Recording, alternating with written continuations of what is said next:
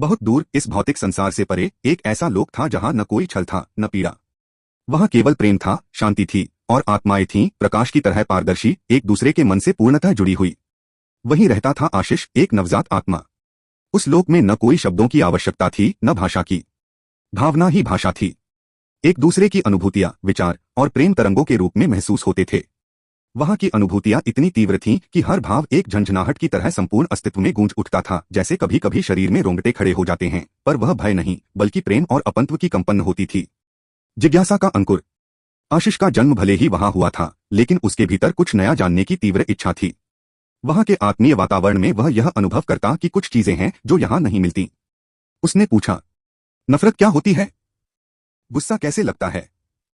मक्कारी, धोखा, डर, पछतावा, ये सब क्या होते हैं? उसने अपने से अनुभवी आत्माओं से जानना चाहा। उन सबका उत्तर एक ही था, हम बता सकते हैं पर तुम समझ नहीं पाओगे। यह सब शब्दों से नहीं, अनुभव से ही जाना जा सकता है। आशीष असमंजस में पड़ गया। वह यह बात समझ नहीं पा रहा था कि कैसे कोई बात तब तक न जानी जा सके जब तक वह खुद उसे न जिए। उसकी जिज्ञासा दिन ब दिन बढ़ती गई और अंततः उसने निर्णय लिया, पृथ्वी पर जाने का। पृथ्वी पर जन्म की इच्छा। उसके इस निर्णय पर आत्मालोक में हलचल मच गई। उसके गुरु, मार्गदर्शक और आत्मीय आत्माएं उसे समझाने लगीं। वहां जाना आसान नहीं है। वहां तुम भूल जाओगे कि तुम कौन हो। तुम्हें पीड़ा होगी, भटकाव होगा, मोह होगा। जीवन और मृत्यु के चक्र में फंस जाओगे। लेकिन आशीष ने दृढ़तापूर्वक कहा, मैं जानना चाहता हूं हर उस भावना को जो यहां नहीं है। मैं समझना चाहता हूं कि दुख और प्रेम का अंतर क्या होता है जब वे शरीर के भीतर से गुजरते हैं। मैं जीना चाहता हूं, सच में, पूरी तरह से। उसकी जिद के सामने अंततः सबको झुकना पड़ा। एक जीवन का चयन। आशीष को कई जीवन विकल्प दिए गए। कुछ आसान थे, कुछ कठिन। किसी में उसे केवल विश्वासघात का अनुभव होता, किसी में केवल गुस्से का, किसी में प्रेम या केवल मृत्यु का दुख।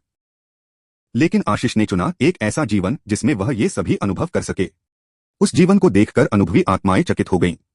उन्होंने कहा, यह जीवन अत्यंत कठिन है। इसमें खो जाना बहुत आसान है। क्यों न तुम थोड़ा सरल मार्ग चुनो? लेकिन आशीष मुस्कुराया और बोला, सीखना है तो पूरी तरह सीखूंगा। अधूरा कुछ नहीं चाहिए। जन्म का द्वार। जन्म का क्षण आया। वह रास्ता संकरा था, जैसे किसी उजाले से अंधेरे में प्रवेश। वह उस मार्ग में अटक गया। उसके आत्मीय साथियों ने पीछे से धीरे से प्रेमपूर्वक धक्का दिया और उस क्षण उसका अवतरण हुआ। आशीष पृथ्वी पर जन्मा। मानव जीवन की शुरुआत। अब वह एक शिशु था, रोता, हंसता, सीखता, गिरता, उठता। उसे कुछ याद नहीं था, लेकिन उसकी आत्मा के भीतर गूंजती थीं वे पुरानी प्रतिध्वनियां, कभी स्वप्नों में, कभी भावनाओं में। उसके मार्ग में वे आत्माएं भी थीं जो उसे अनुभव सिखाने आई थीं। कभी माता पिता, कभी मित्र, कभी प्रेमी और कभी विरोधी बनकर। वे सभी उसे हर मोड़ पर सिखा रहे थे, कभी प्रेम से, कभी संघर्ष से। वह जीवन के भंवर में कभी खो जाता तो कोई अंदर से आवाज देता, तू वही आशीष है जिसने जानने की जिद की थी। कहानी का सार। यह एक आत्मा की यात्रा है, जानने से अनुभव तक, प्रकाश से अंधकार तक और फिर अंधकार के बीच अपने स्वरूप को पहचानने तक। आशीष हर अनुभव में स्वयं को खोता है, फिर ढूंढता है। उसकी यही खोज उसे एक दिन पूर्ण बनाती है।